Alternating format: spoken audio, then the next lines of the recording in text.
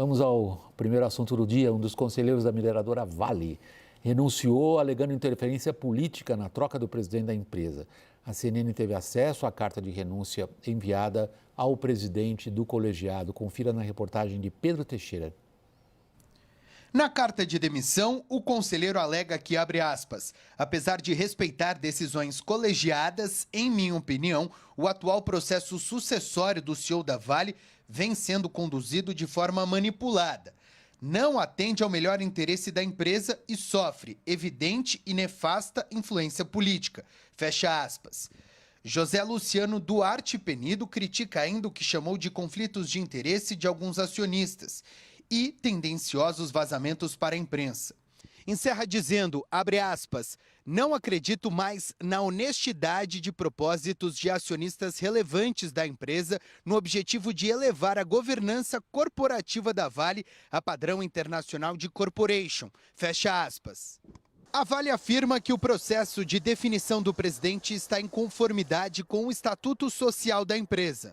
A carta expõe um conflito interno entre a mineradora, cujo controle é dominado por sócios privados, e o governo, que detém menos de 10% das ações da empresa por meio da Previ, um fundo de pensão do Banco do Brasil. Lula sempre demonstrou seu inconformismo com a privatização da Vale. No começo do ano, o presidente tentou emplacar seu ex-ministro da Fazenda, Guido Mantega, na presidência da companhia. Na sexta-feira passada, o Conselho de Administração da Vale decidiu prorrogar o contrato do atual presidente, Eduardo Bartolomeu, que venceria em maio, só até o fim do ano. Depois, Bartolomeu será substituído. O temor de investidores é de que o governo se aproveite desta brecha para emplacar um sucessor. Em meio à queda de braço, as ações da Vale vêm caindo. A empresa já perdeu cerca de 50 bilhões de reais em valor de mercado. A Petrobras também perdeu bilhões nos últimos dias, após o Conselho de Administração reter o pagamento de todos os dividendos extraordinários. Com a polêmica, o ministro de Minas e Energia, Alexandre Silveira, ofereceu uma das cadeiras do Conselho de Administração ao Ministério da Fazenda. A CNN apurou que Haddad irá indicar o secretário adjunto executivo da pasta, Rafael Dubé, que substituirá outro nome ainda sem definição. A indicação depende de aprovação do Conselho, mas o governo tem maioria no colegiado.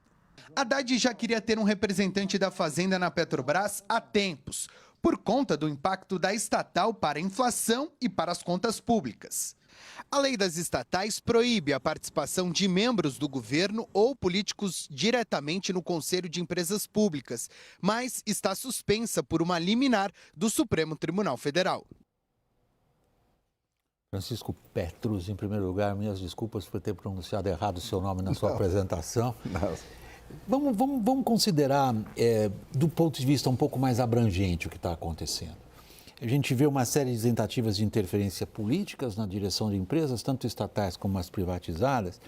E quem lida diretamente com isso, no âmbito, por exemplo, da Vale, do âmbito da mineração no Brasil, nos diz off the records por WhatsApp que esse episódio perdoe a palavra, uma porrada com possíveis reflexos nos demais acionistas.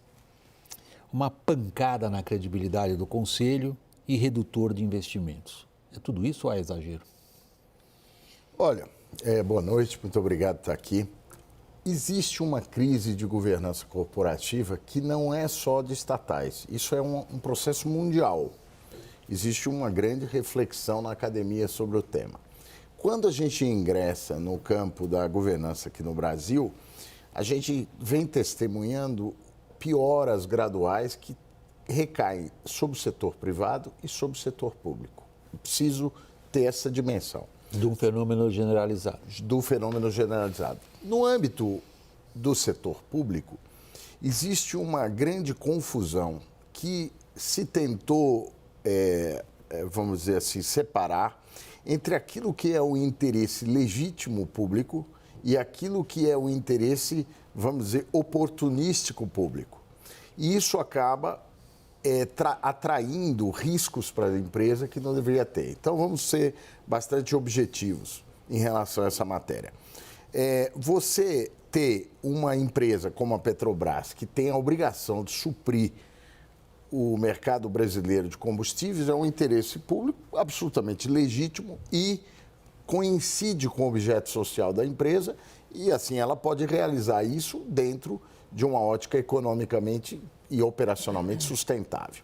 Agora, propor operações específicas ou operações que são detrimentais ao desempenho da empresa, isso não há convergência de interesses entre os objetivos, digamos, daquilo que seria o interesse social da empresa e o interesse, vamos dizer, específico que pode existir, que são aquilo que, de uma maneira, vamos dizer, mais comum, se chama interferência política. É dessa que estamos a tratar. No âmbito privado, nós temos dois riscos relevantes. O primeiro é a tomada de poder por parte dos diretores em relação aos acionistas. E com isso, as grandes corporations, por exemplo, americanas, são dominadas por executivos que acabam nem prestando contas para os acionistas. Existe o ativismo nos Estados Unidos, está diretamente relacionado com isso. Agora, aqui no Brasil, a formação das corporations, ela ainda tem os acionistas que são relevantes. Note, por exemplo, o caso das Lojas Americanas. A Lojas Americanas batizou um termo que não existe na lei, acionistas de referência, que de fato eram os controladores da companhia. Então, nessa ótica, você tem uma piora do desempenho das empresas no momento em que elas são tão grandes e que os prejuízos que causam são realmente catastróficos para a sociedade. No caso especificamente da Petrobras, essa disputa da qual se fala e da qual eu, por exemplo, como conselheiro conheço pelos jornais, ouvindo aqui vocês, é um pouco estranho que essa discussão possa acontecer nas miudezas da empresa dentro, por exemplo, do governo. Isso deveria acontecer, vamos dizer... Deixa eu traduzir. Esse é o tipo de conversa que não tinha que ter. De miudezas. Nos gabinetes do governo. E sobre temas que são temas, vamos dizer, de decisão ordinária da companhia, né? E o que a gente percebe é que os direcionadores estratégicos são poucos. Não existem direcionadores. Por exemplo, no caso da transição energética, e eu louvo até a entrada do novo membro do Conselho, que é um especialista no tema, vai ser muito bom a gente ter a experiência no Conselho de alguém que agrega uma experiência de transição com o direcionador estratégico do país. Porque o que é a transição energética para o país no momento? Pouco se sabe. Francisco, desculpa a minha acidez como jornalista. Espero que não seja comigo. Não, é a partir do que você diz. Não sei se eu estou sendo muito ácido a partir do que eu acabei de ouvir você dizer. Certo. Mas eu entendo da sua intervenção até aqui no WW dois aspectos. Estão falando do que não deviam falar e o que é estratégico não estão discutindo. Thaís. William, eu fico aliviada de ouvir o Petros falar isso, porque a gente trouxe esse debate aqui, desde que a gente começou a falar de Petrobras, né? De que as decisões sobre Petrobras que deveriam estar acontecendo do ponto de vista da governança, dentro da gestão, dentro da Petrobras, com visão estratégica, estão acontecendo nos gabinetes em Brasília, né? Com o presidente da República, com os ministros envolvidos. Eles é que estão discutindo o que é para a Petrobras fazer. E não deveria ser assim, deveria ser a Petrobras decidindo o que fazer. E aí, Petros, eu te pergunto o seguinte, hoje, por exemplo, teve uma recuperação das ações na Bolsa e quem está defendendo o governo diz assim, mas as ações da Petrobras estão subindo, já vão se recuperar, quem aposta no futuro da Petrobras não está fazendo essa gritaria toda. Choradeira. Essa choradeira, exatamente, essa choradeira toda. Qual o sinal do mercado que pode mostrar para o governo que não é bem assim? Bom, vamos lá. O mercado, ele é alimentado por informações que são fornecidas pela empresa, mas também são fornecidas por diversas fontes. Por exemplo, as denominadas competidoras, né? Nós temos hoje a Shell, temos a Exxon, o mercado internacional está acessível na tela. Todos sabiam que o desempenho da Petrobras esse ano foi excepcional. Foi um desempenho muito bom, muito bem dirigido. Acho que a diretoria alcançou os objetivos de retorno e o retorno especificamente do lucro foi também excepcional. A criação da expectativa de um dividendo extraordinário é compatível ou não é com esse resultado? É compatível.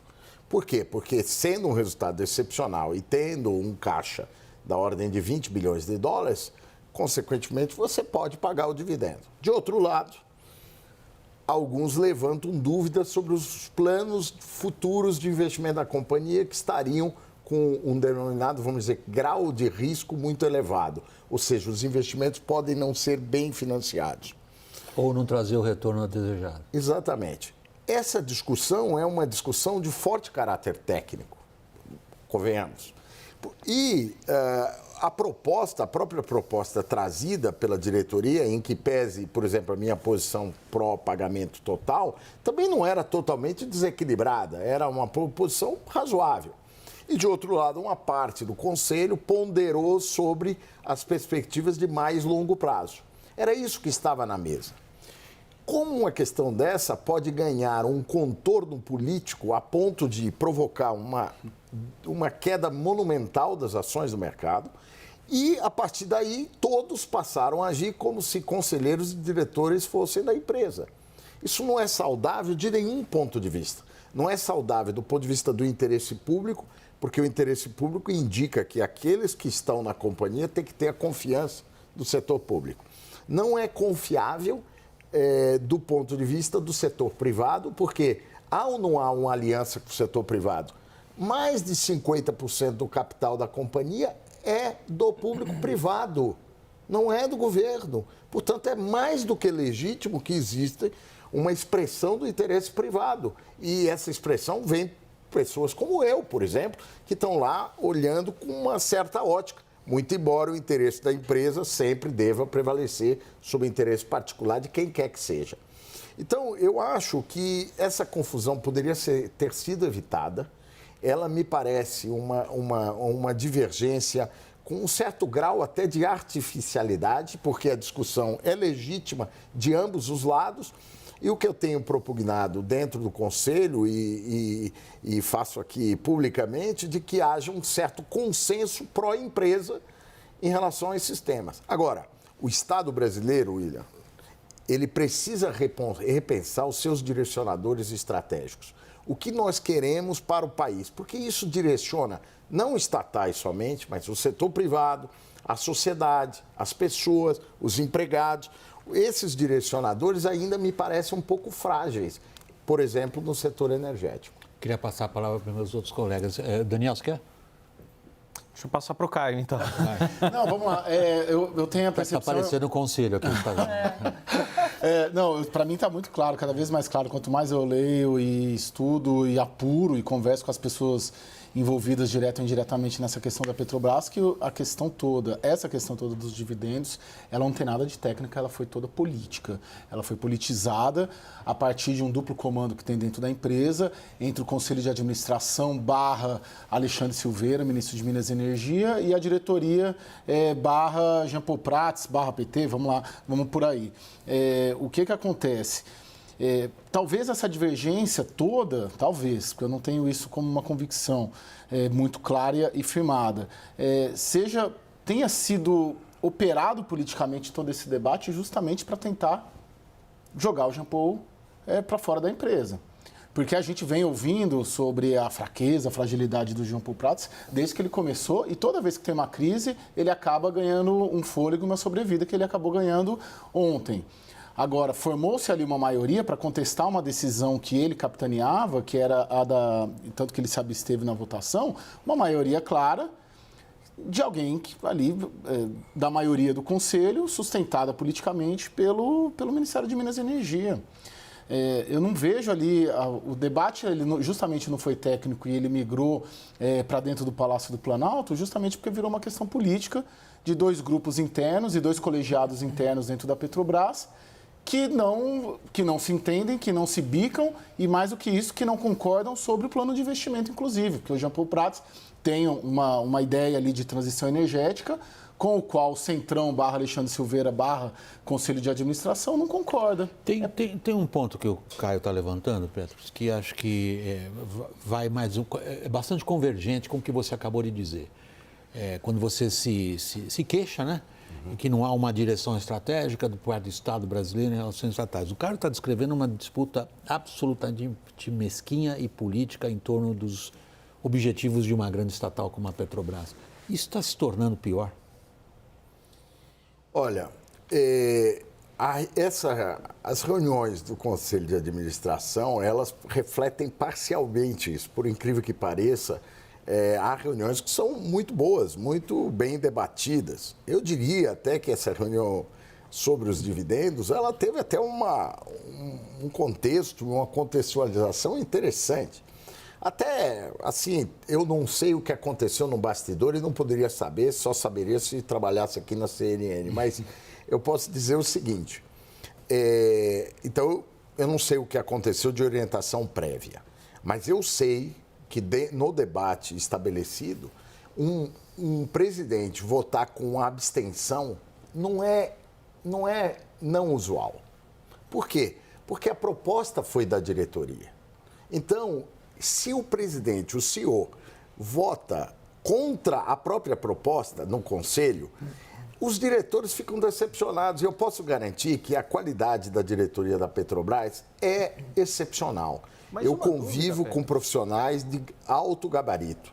Isso não há, são todos muito bons profissionais em exploração de petróleo, em refino, em transição energética. Os debates são tecnicamente muito ricos. Muito bem. Mas, Petros, então, uma dúvida.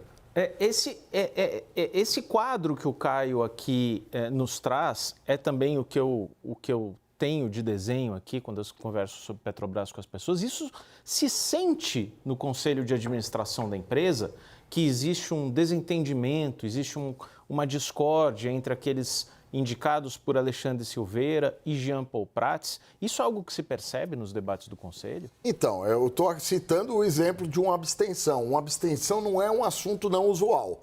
Como é que saiu na manchete? Votou contra o governo. Mas o entendimento de quem estava na reunião não foi esse, desse lado. De outro lado, o questionamento daqueles que são indicados pelo ministro Silveira também foi absolutamente legítimo. Um questionamento que ele diz, olha, investimentos, como é que fica o grau de confiança? Agora, se nos bastidores existe uma disputa política, uma disputa de poder, isso faria, vamos dizer, pode ser que aquilo seja um teatro para quem comparece.